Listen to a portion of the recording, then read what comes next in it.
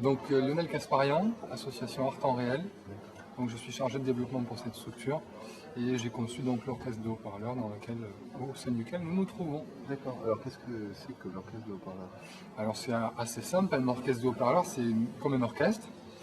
Et on peut imaginer que les différents instruments qui sont présents dans un orchestre symphonique sont représentés ici par un haut-parleur. Donc chaque haut-parleur a sa forme, sa géométrie, sa couleur, son timbre, sa puissance, sa spécificité, comme dans un orchestre. Il y a des violons, des hautbois, des cordes, des contrebasses. Et donc c'est un peu le même principe qu'un orchestre, mais c'est des haut-parleurs. Voilà. Il y a une tradition des orchestres de haut-parleurs qui existe depuis les années 50. Ça a été initié par le travail de Pierre Schaeffer et puis Pierre Henry.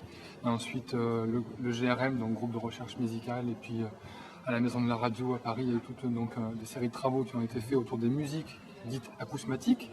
Donc des musiques du grec acousma, on dit d'un son qu'on entend sans en déceler les causes. Donc c'est des musiques dites acousmatiques. Et de là est né donc un répertoire de musique et l'idée donc de jouer ces musiques, de les interpréter comme un compositeur écrit une partition et la fait jouer par un orchestre. Donc là c'est la même idée. La seule différence c'est que ces compositeurs-là n'utilisent pas des partitions sous forme de papier, mais travaillent directement sur la matière sonore, puisque c'est issu aussi des innovations technologiques des années 50 qui ont permis l'enregistrement du son, la déformation, la captation, le montage, etc. Donc ils utilisaient, et on utilise aujourd'hui des moyens numériques pour capter le son, pour le travailler directement sur son support de destination, donc le CD ou le micro-ordinateur, le disque dur, etc. Et donc ce son-là a pour finalité le concert, puisque ce sont des pièces de musique, et le concert dit de haut-parleurs, comme le concert instrumental, alors que là, ce sont des haut-parleurs. Et c'est toute cette tradition musicale qu'on a intégrée dans une proposition qu'on a appelée cinéma pour l'oreille, puisque ce sont des musiques qui ont la même charge émotionnelle que ce qu'on peut avoir dans le cinéma, qui disposent des mêmes moyens en fait architecturaux, etc. Mais il n'y a rien à voir. Donc ça s'appelle un cinéma pour les oreilles. Donc les gens sont invités à s'asseoir confortablement, où ils peuvent déambuler et à vivre une expérience du même ordre que celle du cinéma, mais pour les oreilles. Voilà. Donc Art en Réel est une structure qui mène beaucoup d'activités.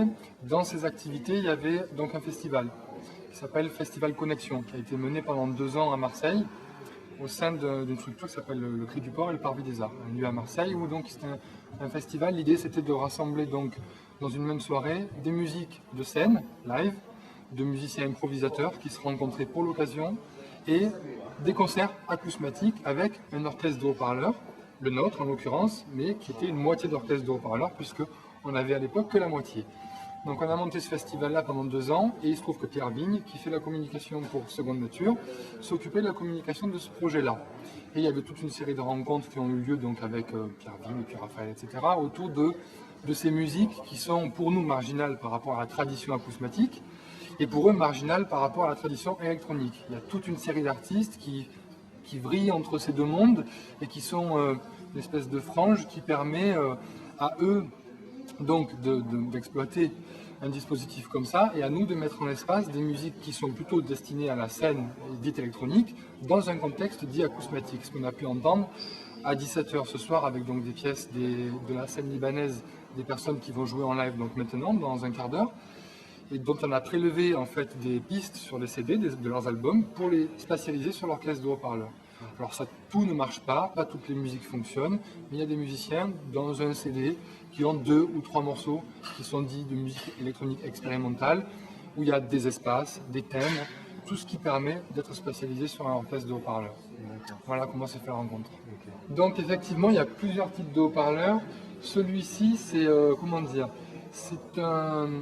L'idée, c'est aussi que l'orchestre de haut-parleurs tel qu'il est, il incarne aussi un lien historique dans la tradition des orchestres de haut-parleurs. Donc, il faut savoir que cet haut-parleur-là est un haut-parleur de la marque Ellipson. Ellipson est une marque française qui existe depuis presque un siècle et les premiers compositeurs de musique électroacoustique, la Maison de la Radio, le GRM, étaient équipés de haut-parleurs Ellipson, qui à l'époque étaient en plâtre. Donc ils n'étaient pas noirs en composite, laqués comme cela, et splendides et légers, tout ce qu'on veut. Ils avaient à peu près la même forme, ils étaient tout ronds, mais ils étaient en plâtre.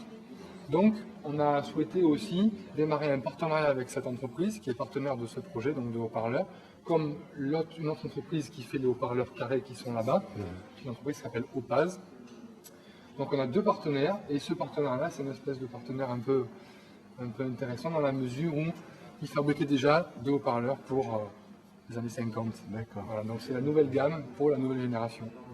C'est une structure en fait qui est composée donc de 3 compositeurs qui sont donc, compositeurs de musique électroacoustique, mais aussi pour Samuel Artisien de musique écrite, instrumentale. On est aussi instrumentiste, on vient du milieu musique improvisée. Voilà, donc moi je suis batteur, Samuel est clarinettiste. Donc on vient vraiment de cette scène-là, et Denis Cablachot est aussi un musicien improvisateur qui a démarré un peu sa carrière avec Fred Fries au sein d'un groupe qui s'appelait Que de la Gueule.